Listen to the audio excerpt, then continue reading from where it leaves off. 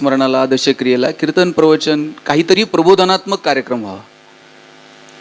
आणि त्याचं कारण असं आहे, हीच एक अचूक वेळ आहे की या वेळेला माणसाला त्याच्या आयुष्याच्या क्षणभंगुरतेची जाणीव होते.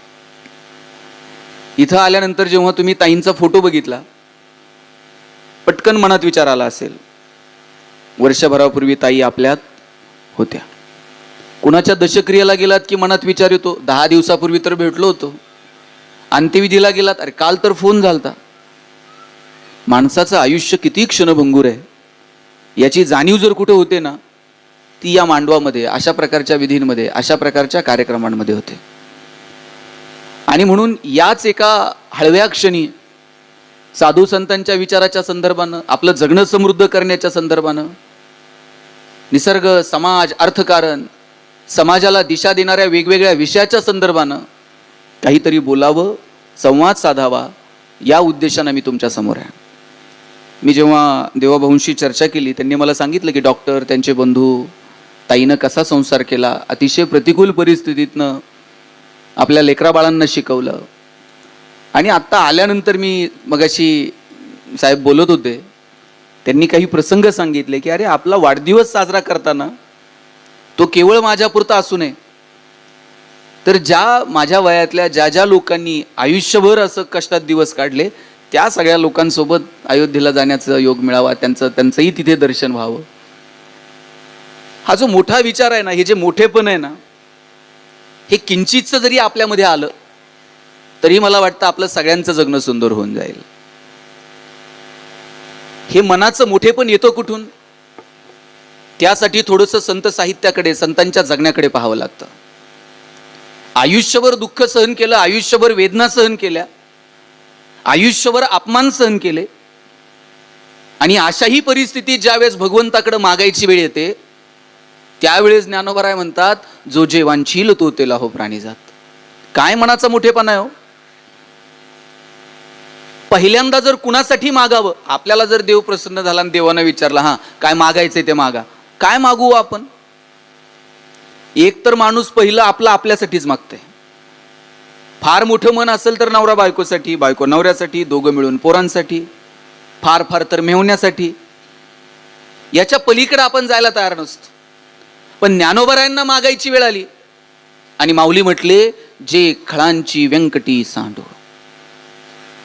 ज्ञानेश्वरी ही साक्षात गीतेवरची टीका आहे, जिथे भगवान श्रीकृष्ण अर्जुनाला सांगतात, शस्त्र उचल, हे धर्म आणि अधर्माचं युद्ध आहे, दुर्जनांचा संहार कर. तिथं त्याच गीतेवरती टीका करणारे ज्ञानोबराय कदाचित असंही म्हणू शकले असते, जे खल आहेत ते मरो. ज्ञानोबराय मरो नाही म्हणत, त्यांच्यातली वाईट बुद्धी सांडो. आणि पुढचा शब्द तर इतका गोड वापरलाय, तया सत्कर्मिरती वाढो. वाढो कधी म्हणतात? रोप जर छोटं असेल तर त्याला वाढो म्हणतात, आणि रोप जर अस्तित्वात नसेल तर बी लावायची आणि रुजो म्हणायचं. ज्ञानोबराय रुजो नाही म्हणत. ज्ञानोबरायांना खात्री आहे, वाईटातल्या वाईट माणसामध्ये सुद्धा सत्कर्माची थोडी तरी वृत्ती शिल्लक आहे, आणि म्हणून ज्ञानोबरायांनी शब्द वापरला, तया सत्कर्मिरती वाढो.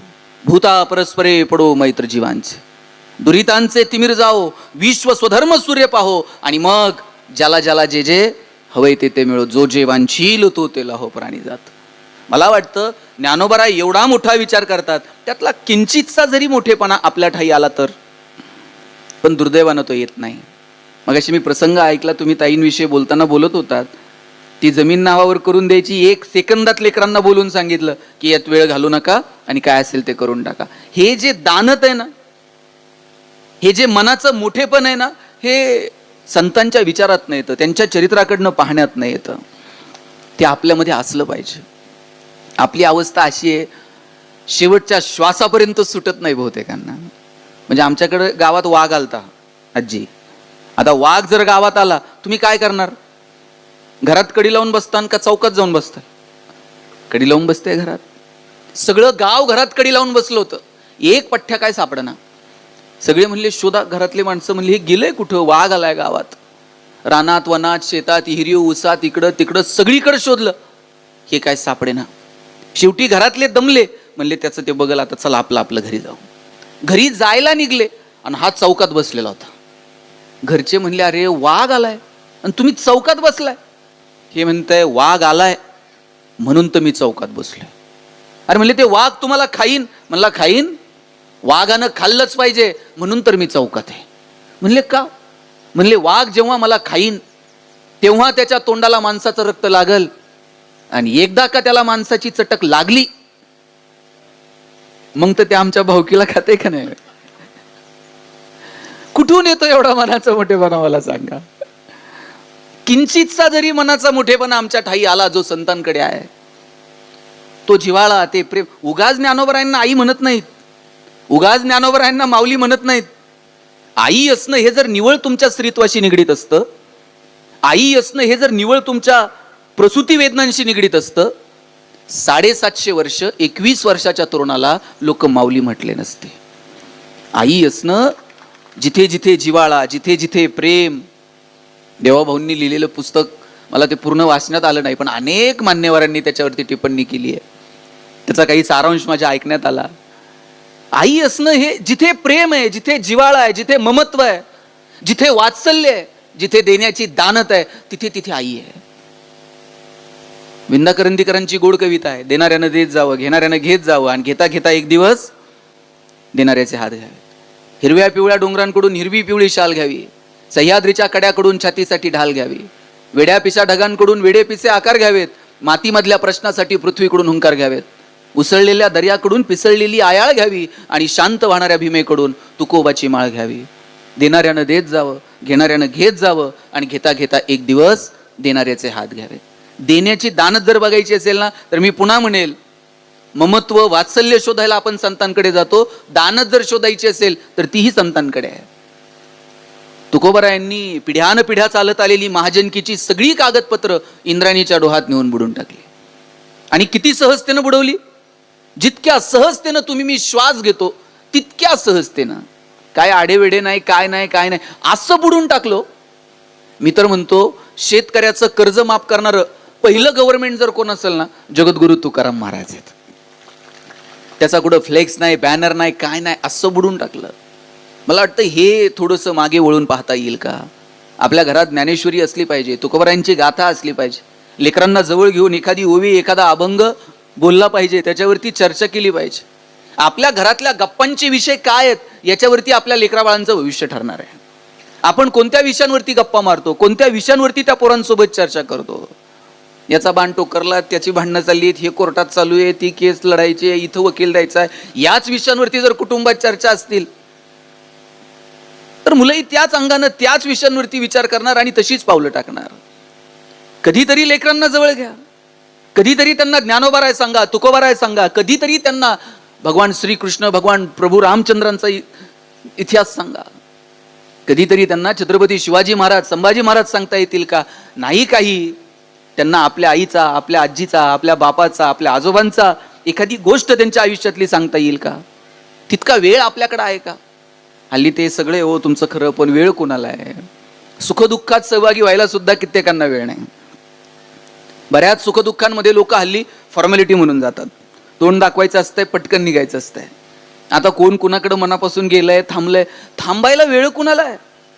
परवा तर एक जण मला म्हटला, मी इतका बिझी आहे, मला श्वास घ्यायला वेळ नाही. म्हणलं सोडून दे, श्वास घ्यायला वेळ नाही. मला सांगा, माहेरी तरी जाऊन 2 दिवस राहिलेला आठवतंय का आता?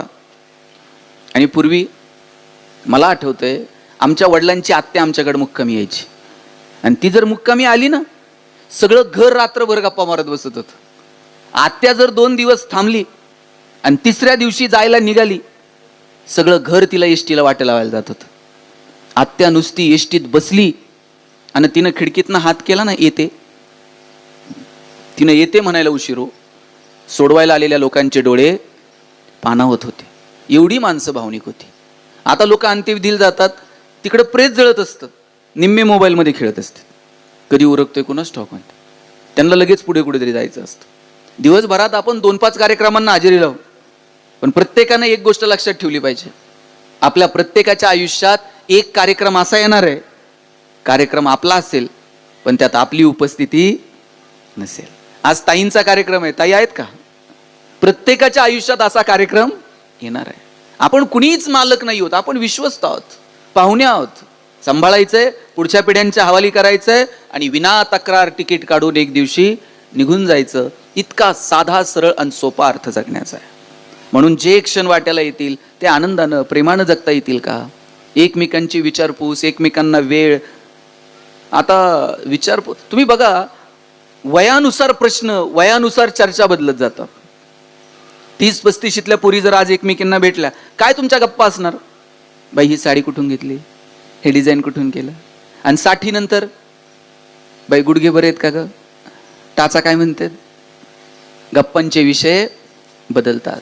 पुरुष मंडळी जर एकमेकांना भेटले 60 नंतर, दोनच प्रश्न असतात. पहिला असतो तब्येत कशी आहे, आणि दुसरा असतो मुलं काय करतात. कोण विचारता का नंतर तुम्ही किती प्रॉपर्टी आहे, किती एकर आहे, बँकेत कितीची FD आहे, ते अमुक अमुक टाकले होते, गेले पळून, ते भेटले का? इकडे लय चाललंय हल्ली, मला कळलंय पारनेर श्रीगोंद.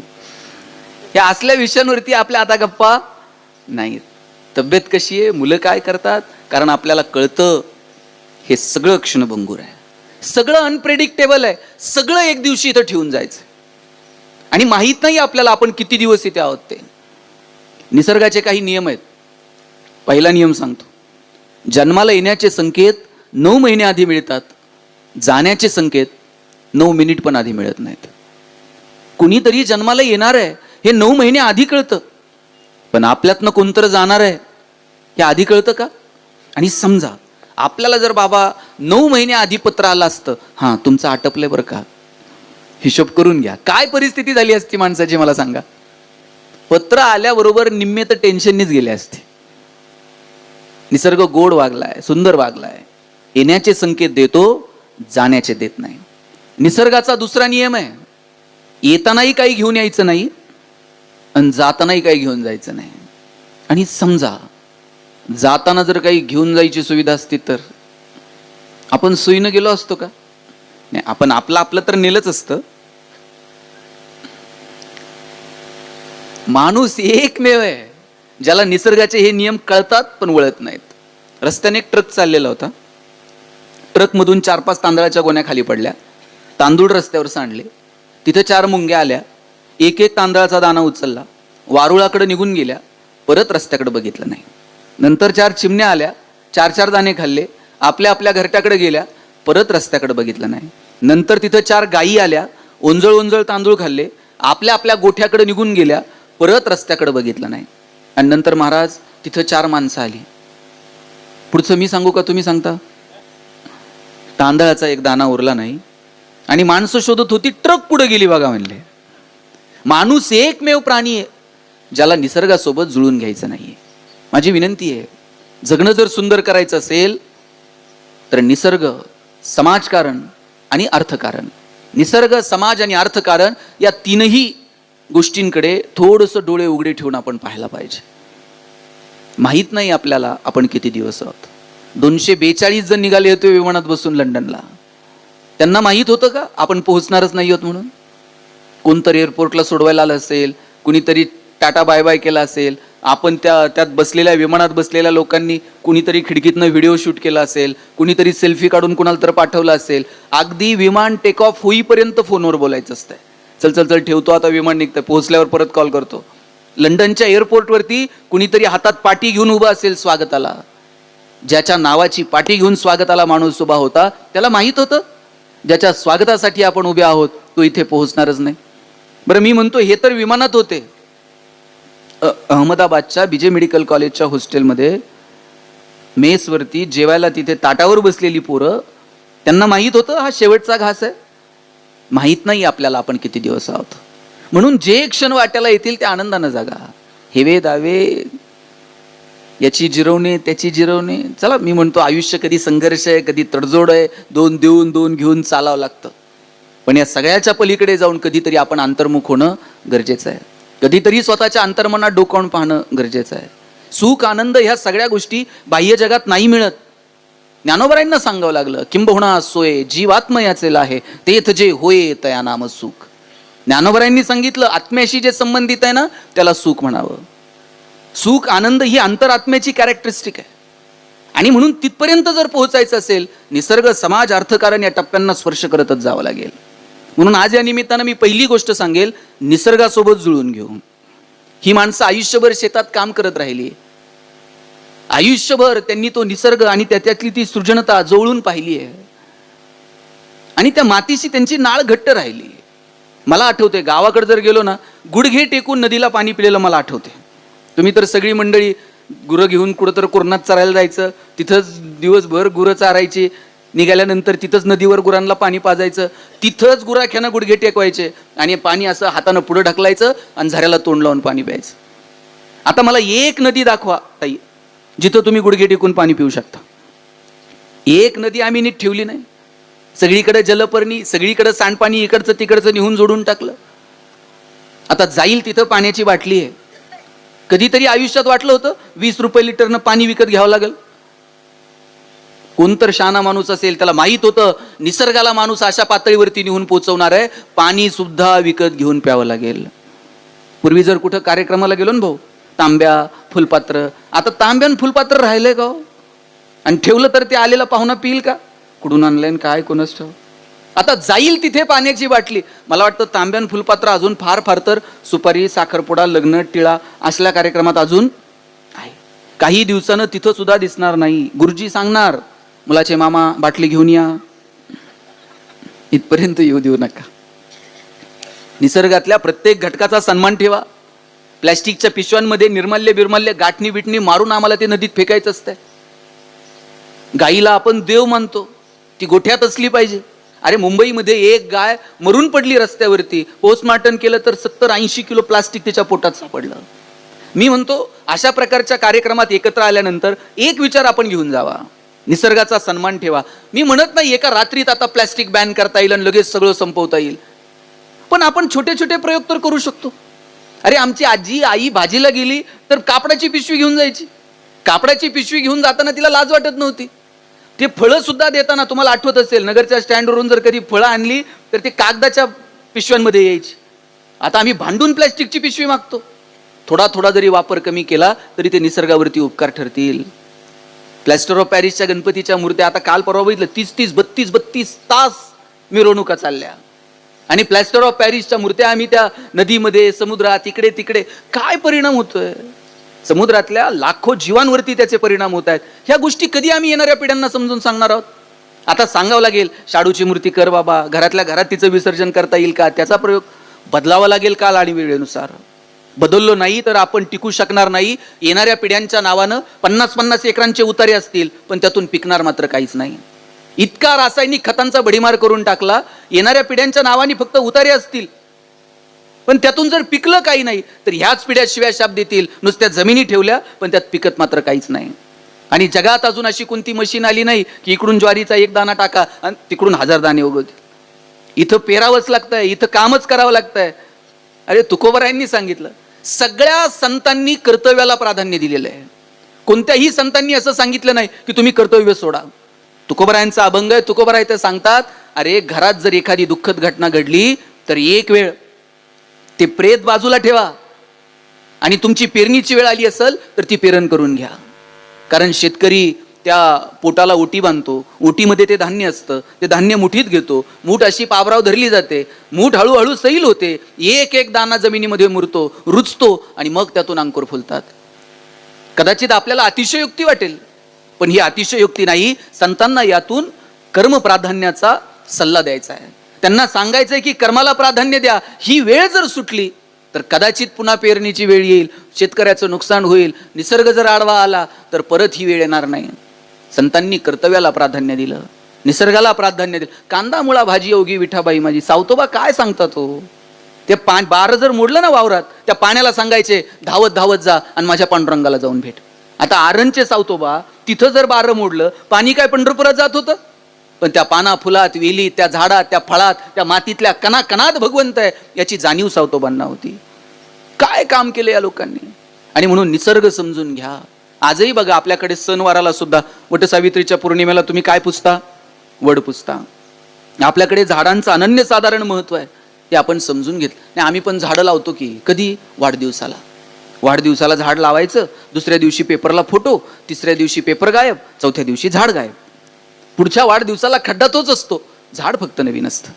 मला वाटतं निसर्गाशी जुळून घेणं ही गोष्ट आपल्याला येणाऱ्या पिढ्यांना सांगता येईल का? एका मोठ्या अधिकाऱ्याने एक लेख लिहिला होता. तो म्हटला, मी आयुष्यभर मोठ्या पदावरती काम केलं आणि एक दिवशी प्रवासात असताना माझ्या बायकोनं मला विचारलं की हे झाडांवरती जी सुगरणीचे खोपे आहेत ना, त्यातले 2 खोपे जर आपण घरी घेऊन गेलो आणि आपल्या गॅलरीत जर लावले तर छान दिसतील. साहेबांनी गाडी थांबवायला सांगितली ड्रायव्हरला आणि सोबतचे जे कलिग आहेत त्यांना सांगितलं, हे जा रे जरा 2 सुगरणीचे खोपे घेऊन या. आता ही आयुष्यभर शहरात इकडे तिकडे राहिली, झाडावर चढता कोणाला येते? एकालाही झाडावर चढता आहे ना. गुरामागं चालणाऱ्या 10-12 वर्षाचं पोरग त्याला म्हणले, वर जा आणि ते जरा 2 घरटी काढून आण. पोरगा म्हणला, साहेब मी नाही काढत, हे 10 रुपये धर. नाही साहेब 20 रुपये धर, 50 रुपये धर. पोरग काय वरती चढायला तयार नाही, खोप्याला हात लावणार नाही. म्हटलं, साहेबांना सांगितलंय बाबा हे 500 रुपये धर आणि ती 2 घरटी काढून. तो म्हणला, साहेब 500 काय, तुम्ही कितीही पैसे दिले ना त्या खोप्याला हात लावणार नाही, घरटं काढणार नाही. अरे असं आहे काय त्यात? आमच्या साहेबाला ते कुठं गॅलरीत लावायचं? त्यांना, साहेब तुमच्या दृष्टीनं गॅलरीमध्ये लावायचा हे शोपीस असेल, पण तुम्ही विसरलात कुणा पाखरांचं हे घरटं आहे. सकाळी दाना पाण्यासाठी या घरट्यातले पक्षी बाहेर पडले असतील आणि संध्याकाळी दमून भागून जेव्हा पुन्हा घरट्याकडे येतील आणि त्यांना फांदीवर त्यांचं घरटं नाही दिसलं, मग त्यांच्या मनाची काय अवस्था येईल ती जरा समजून घ्या. त्या अधिकाऱ्यानं लिहिलं, एवढी पुस्तकं वाचली, एवढ्या परीक्षा दिल्या, पण या लेकराला जे सामाजिक आणि नैसर्गिक शहाणपण आहे ते मात्र मला येऊ शकलं नाही. निसर्गातला प्रत्येक घटक महत्वाचा आहे. तुम्ही विचार करा बरं, इथून घरी गेलो आणि प्लॉटवर आपला बंगला नसला, मग तीच अवस्था त्या पाखरांची जर त्यांना त्या फांदीवरती घरटं दिसलं नाही तर. अरे एक घरटं बनवायला साडी चुळी घेऊन, शेवटची साडी चुळी घेऊन भाऊ येतो. बहिणीला कळतं का भाऊ आलाय, माझ्यासाठी शेवटची साडी घेऊन आलाय? आपण गेल्यावर त्या शरीराला मांडी देतो, त्या मांडीचा स्पर्श त्या शरीराला कळतो का? लोक गेल्यावर वारा घालतात, त्या वाऱ्याची झुळूक त्या शरीरापर्यंत पोहोचते का? लोक गेल्यावर कौतुक करतात, ते त्या कानांपर्यंत जातं का? गेल्यावर ना स्पर्श, ना संवाद, ना सहवास. जिवंत आहे तोपर्यंत कौतुक करा. आपण आयुष्यभर कौतुक करत नाही, गेल्यानंतर गुणगान गातो. माझी तर सगळ्या पुरुषांना विनंती आहे, घरातल्या स्त्रियांचं कौतुक करायला शिका. आई असेल, बहीण असेल, मुलगी असेल, पत्नी असेल. एक कविता आहे, तुम्ही ऐकली असेल. एका स्त्रीनं श्वास थांबल्यानंतर तिच्या होणाऱ्या कौतुकावरती भाष्य केलेलं आहे. ती म्हणते, आयुष्यभर कौतुक झालं नाही, आज श्वास थांबला आणि आता मात्र कौतुकाचे पोवाडे सुरू झाले. आता माझी अंतयात्रा निघणार आहे, निघतील आता मला घेऊन. एरवी कधी मी थोडीशी नटले तर सगळ्यांनी नाक मुरडली, हिला सारखं नटायला लागतंय. आता सगळ्या जणी मिळून मला नटवत होत्या, आता थोडीच मी मला बघू शकणार होते. आता हा माझा शेवटचा प्रवास. 5 मिनिट जर मी उशिरा उठले तर सगळ्यांनी घर डोक्यावर घेतलं, ही काय उठायची वेळ आहे का? आता सगळे रडून रडून मला म्हणत होते, बाई उशिरा का होईना उठ ना ग. आता थोडीच उठणार होते मी, आता हा माझा शेवटचा प्रवास आहे. अरे रुक्मिणी आईसाहेब सुद्धा रुसून आल्या तर पांडुरंग परमात्म्याला वाटलं की तिचा रुसवा काढण्यात, जगाचा बाप आहे त्यालाही वाटतं की आपण आपल्या पत्नीचा रुसवा काढण्यासाठी यावं, आणि ते पांडुरंग परमात्मा पंढरपुरात आले. आणि मग एक कवी त्याच्या भावना व्यक्त करतो. तो म्हणतो, मी गेलो पांडुरंगाच्या पायावरती डोकं ठेवलं आणि वर बघितलं, विठू दिसलाच नाही. पुन्हा डोकं टेकवलं, पुन्हा बघितलं, तरीही विठू दिसला नाही. रागवायची सगळी जागा जर कोणती असते तर आई असते. दिवसभरात एक तर फोन आईला करायचा असतो, आई सगळं तुमचं ऐकते. पण कधीतरी आईचं एक वाक्य तुम्ही कान देऊन ऐकलं पाहिजे. कधीतरी आई नकळत म्हणते, बाई आम्ही आहोत ना तोपर्यंत येत चला. ज्या दिवशी आई असं म्हणेल, आम्ही आहोत तोपर्यंत येत चला, तेव्हा हातातली कामं थोडीशी बाजूला ठेवा आणि भेटून घ्या. ढगाड गेलेला सूर्य परत बघायला मिळतो, मातीआड गेलेली माणसं परत पाहायला मिळत नाहीत. लेकुराचे हित वाहे माऊलीचे चित्त, ऐसी कळवळ्याची जाती करी लाभाविन प्रीती. कोणत्याही लाभाची अपेक्षा न करता तुमच्यावर ओतप्रोत प्रेम करणारी या जगात जर कोण असेल तर तुमची आई आणि तुमचा बाप आहे. किती प्रेम असतं. आई तर कधीतरी रडून मोकळी होते, बापाला रडता पण येत नाही. आणि माझा दावा आहे बरं का, इथं मुली पण आहेत आणि वडील पण आहेत. वडिलांचं जेवढं प्रेम महाराज मुलावर असतं ना, त्याच्यात थोडं तरी जास्त प्रेम मुलीवर असतं. मला तर काय तुमच्यात भांडण नाही लावायची, पण तुम्ही बघा पोरानं जर वडिलांना काही मागितलं, वडील म्हणणार 2 दिवस थांब, पगार होऊ दे, मग बघू, 500 मागितले तर 50 देणार. पुरीनं काय मागू द्या बरं. बापाला असं वाटतं कधी नेऊन देईल आणि कधी नाही. बापाला माहीत असतं 4 दिवस चिमणीसारखी थुई नाचल आणि एक दिवशी भुरकन उडून जाईल. जोपर्यंत आपल्या घरात आहे तोपर्यंत तिचे सगळे हट्ट पुरवायचे हे वडिलांनी ठरवून घेतलेलं असतं. ज्या दिवशी मुलगी जन्माला येते ना, त्या दिवशी वडिलांच्या मनात 2 विचार चमकून जातात. एक मुलीचं शिक्षण आणि दुसरं मुलीचं लग्न. एक एक रुपया बाप तिच्यासाठी बाजूला काढून ठेवत असतो. स्वतः फाटलेली तुटलेली चप्पल घालेल, मुलीला मात्र शाळेत जायला चांगले शूज घेऊन देईल. बाप फाटलेलं बनियन घालेल, पोरीला मात्र चांगला ड्रेस घेऊन देईल. बाप सायकलवर कामाला जाईल MIDCत, पुरीला कॉलेजला जायला गाडी घेऊन देईल, बसचा पास काढून देईल, हॉस्टेलची फी भरल. 10 मिनिट जर पोरगी कॉलेजवरनं उशीर आली ना, 10 मिनिटात बाप 10 वेळा आईला विचारतो, कुठपर्यंत आली बघ, जरा फोन कर. बाप थेट पुरीला फोन पण लावत नाही, त्या आईला विचारतो, कुठपर्यंत आली बघ, फोन कर. पोरगी जर थोडी चुकली त्या आईला ओरडतंय, तू लाडून ठेवली म्हणते. बाप अंतर ठेवून असतो, पण त्याचं विशेष प्रेम असतं आपल्या लेकरावर. पुरीच्या लग्नात तर बाप असा फेटाबिटा घालून मिरवत असतो. दिवसभर बापाची मान उंच असते. कन्यादान झालं ना, मग वडील मान खाली घालतात, जावायच्या हातात हात देतात आणि सांगतात, तळ हाताच्या फोडासारखी जपली, सांभाळून घ्या. दिवसभर बापाच्या डोळ्यात थेंब येत नाही. पण पुरीची गाडी एकदा निघून गेली ना, खांबाच्या पलीकडे जाऊन एकटाच रडतो तो बाप असतो. कधीच बापाची मान शर्मेनं खाली जाईल असं वागू नये. आई बापाला अभिमान वाटला पाहिजे. जेव्हा आई पोराकडे बघत असेल, पोरगा डॉक्टर झाला, एक पोरगा मंत्रालयात सचिव, काय अभिमानानं. आत्ता आपली ओळख काय, इथं जे तरुण मुलं मुली बसलेले आहेत, आपली ओळख काय, अमुक अमुक यांचा मुलगा, अमुक अमुक यांची मुलगी. एक दिवस असा आला पाहिजे आईबापाची ओळख पोरांच्या नावाने झाली पाहिजे. हे डॉक्टर साहेबांच्या आईच्या पुण्यस्मरणाला जायचंय बरं का.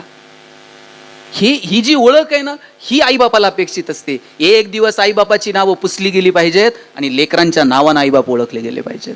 असं कर्तृत्व आपल्याला करता येईल का. आणि ज्यांच्याकडे ही पिढी आहे, ज्यांच्या घरात म्हातारी माणसं आहेत, त्यांना जपा. ही माणसं परत भेटणार नाहीत. घरातली म्हातारी माणसं ट्यूबलाईट इतका प्रकाश देत नाहीत, पण त्यांचं देव घरात निरंजनासारखं तेवत राहणं महत्वाचं असतं. ते विझून गेलं ना, मग त्या लोकांची किंमत कळायला लागते. बघा आता इथं टोपी घातलेले 10-20 आहेत आणि 9वारीतले अजून आहेत 10. संपली ही पिढी. नंतर ही माणसं तुम्हाला औषधाला सुद्धा सापडणार नाहीत. या माणसांकडे पैसे नव्हते भाऊ, पण समाधानी होती माणसं. कसे संसार केले, कसे राहिले ही माणसं. सपरात झोपडीत पत्र्यात आयुष्य काढली, पण आनंदानं राहिली. कष्ट करायचे दिवसभर, महत्वाकांक्षा नव्हत्या असं नाही, पण आपल्या पोराबाळांनी शिकावं, मोठं व्हावं. परिस्थिती तशी काय परिस्थिती होती पारनेरची, आता पाणी बिनी आलं. आयुष्यभर खडतर प्रवास केला, पण आनंदी राहिली ही सगळी माणसं. जुनी लग्न कार्य आठवावं. आता लग्न जर बघितली तर काय, चला त्यांच्या नशिबानं आहे, करतायत काय. पण काय तुम्ही आता, मी तर ते तुमचं बैलगाडीतलं वराड बघितलेलं नाही, पण या आज्या ज्या बसल्यात 100% यांची वराड बैलगाडीत गेली असतील. आम्ही कोणतं वराड बघितलं, टेम्पो ट्रक मधलं वराड आम्ही बघितलं. गावात ट्रक येऊन थांबायची, तिच्या मागं असले भारी भारी स्लोगन लिहिलेले असायचे. वरती कुणाचं तर नाव असायचे, चिंटू पिंटू काय, खाली मेरा भारत महान, रंगीबिरंगी ट्रक. अहो ट्रक गावात आली वराड न्यायला, असलं विशेष वाटायचं. भावकीतल्या पोरांनी सगळ्या गावात आवाज न द्यायचं, ट्रक आली ट्रक आली ट्रक आली. सगळी लोक त्या वराडा, ट्रक आल्याबरोबर सगळं वराड निघणार गावात. म्हातारी माणसं त्या फळीला टिकून बसणार, तरुण पोरं फळी पाय टाकून बसणार. ज्याचे केस जरा अजय देवगण सारखे ते वर हौदात जाऊन बसणार. आणि ट्रक अशी मांडवाच्या पुढे जाऊन थांबली, हार तुरे बुके बिके घेऊन स्वागत होतं का हो? खाली उतरायचं आणि मांडवात येताना गाव तिथं मांडवातल्या त्या बाहेरच्या 2 पोरांनी वाटीत 2 बोटं बुडवायची, 2 तिथं टिक्का लावला आणि नुसतं उपरणं आणि ती टोपी गळ्यात घातली, अशी छाती काढून माणसं मांडवात यायची. तिकडं तदैव लग्नम लग्नम तदैव, वराडी वाजंत्री सावधान म्हणायला उशीर, सांगावं लागत होतं का हो पंक्ती धरा. नुसती बुडं सरकली, एका लाईन मध्ये पंक्ती धरल्या जायच्या. आणि लहान पोरं सगळ्या अक्षदा साठवून ठेवायच्या. उगं ते शुभमंगलला 2-2 अक्षदा टाकायच्या आणि शेवटच्या मंगलाष्टकाला सगळ्या अक्षदा अशा कोणाला तर फेकून मारायच्या समोर. पंक्ती जर बसल्या पंतरवाड्यात जेवण होती. आता ताट वाटे आले. पंतरवाळ्या सुद्धा त्या पानाच्या बनवलेल्या असायच्या, त्यातल्या निम्म्या पंतरवाळ्या तर फाटलेल्याच असायच्या. ते वाढफी जर ओळखीचा असला तर एकाला एक लावून 2 पंतरवाळ्या, नाहीतर आहे त्यातच घे म्हणायची. हो, ती पुरी येऊन जायची. सगळ्यात आधी तर ते मीठ वाढणारा येऊन जायचं. बरं, ते नेमकं मधीच मीठ वाढायचं. ती साईडला घेऊच तर पुरीवाला यायचा. भाजीची वाढ बघत द्रोण हातात घेऊन उभं राहायचं. पोरांनी भाजीवाला आला का त्याला म्हणायचं जरा फोडी फोडी वाढ. त्यानं ते वरगळ असं खालून फोडी दास टाकायच्या. याच्यापेक्षा ध्यान असायचं बुंदीवाला कधी येतोय ते बुंदीवाला दुसऱ्या तिसऱ्या पंक्तीत असला, इकडून आवाज द्यायचा त्याला कळायचं ना इथं वाढू का तिकडं जाऊ. बुंदीची मूठ अशी वाढली आणि पुढच्या पंतरवाळीपर्यंत पोहोचला तोवर याची संपलेली असायची. यानं लगेच बुकणी भरायची, लगेच तोंडात टोपी खाली पडायची आणि तोपर्यंत त्या भातातल्या आळ्यात कोणतर भाजी ओतून निघून जायचं. पैसे नव्हते, आनंद होता. कोणतरी एक जण तिकडं माईक बी घेऊन बसलेला असायचा आहेराची यादी करून. बरं, माईक असले नव्हते, त्याला वरती उपरणं बिपरणं बांधलेलं असायचं, वरती एक भोंगा लावलेला असायचा. कुणाचे 2 रुपये, कुणाचे 11 आणि 21 रुपये देणारा तर लय मोठा वाटायचा. लग्न लागलं का ती नवरा नवरी रडायला सुरू व्हायची. त्यावेळेस वाटायचं हिचं एवढं भारी लग्न बिग्न झालंय, का रडायली उगं. आता पोरगी झाल्यावर कळतं मुलगी का रडत असेल ते. तिनं जाता जाता थोरा मोठ्यांच्या पायावरती डोकं ठेवायचं. म्हाताऱ्यांनी पिशवीतून 5-10 रुपये चुरगळलेली नोट त्या नवरा नवरीच्या हातावर टेकवायची. नवरदेवानं घरी गेल्यावर सगळे पैसे घ्यायचे नवरीकडून, बघू किती झाले त्याच्यावर ठरवायचं आपल्याला काय करायचं. पैसे नव्हते, माणसं आनंदी होती.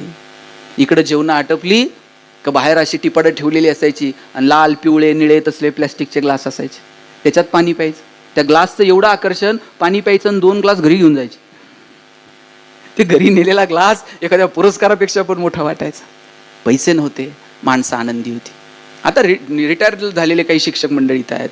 किती रुपयानं नोकऱ्या सुरू झाल्या हो तुमच्या? 400-500 रुपयानं नोकऱ्या. माझे वडील 2006ला इथंच दरोडीला मुख्याध्यापक म्हणून रिटायर झाले. 2006चा रिटायरमेंटचा पगार त्यांचा 14,000 रुपये होता. आता जर 14,000 रिटायरमेंटचा पगार आहे, किती रुपयानं नोकऱ्या सुरू झाल्या? बरं, ही पिढी अशी होती, नोकरदारानं फक्त त्याचं नाही बघायचं. त्यांना गावाकडे भावाला पाईपलाईन करून दे, त्याला शेती घेऊन दे, त्याच्या पोरांची शिक्षण बघ, त्याच्या पोरींची लग्न बघ. गावाकडे शेती करणाऱ्यानं शहरात जाताना कधीतरी भाजी घेऊन जा, दुधाची बाटली घेऊन जा, खळं झालं का 2 पोती पहिली भावाला नेऊन टाक. आनंद होता. बायको जर कधी म्हणली नगरला जाऊन येऊ, गाडी नव्हती आपल्याकडं, मित्राची गाडी, त्याच्यात निम्म रॉकेल, त्यात निम्म पेट्रोल. इथं आळकुटीला जाऊस तोवर पेट्रोल संपत होतं. मग गाडी वाकडी करायची. हे तंत्रज्ञान फक्त भारतात आहे होती साहेब. जगात पुढं गाडी वाकडी करत असते असं मला वाटत नाही. आणि वाकडी करून जर चालू झाली नाही, पुढं वेगळे सायंटिस्ट होते, ते टाकीत फुकणार. बरं, यानं टाकीला तोंड लावल्यावर बायको असं बघायची, कोणत्या मुहूर्तावर यांची माझी गाठ पडली कोणास. अशात बायकोनं नुसता खांद्यावर हात ठेवू द्या बरं, कित्येकांच्या गाड्या बिना पेट्रोलच्या नगरला गेल्यात. आता AC गाड्यांमधून नवरा बायको फिरतात. बायको तिकडच्या खिडकीतनं तिकडे बघते, नवरा इकडच्या खिडकीतनं इकडे बघतंय. ड्रायव्हर मधल्या आरशातनं दोघांकडे बघत असतो. हे बोलत का नाहीत? साधनं वाढत गेले, आनंद कुठं होरपळून गेला हे मात्र कळलं नाही. मला वाटतं छोट्या छोट्या गोष्टींचा आनंद घ्या.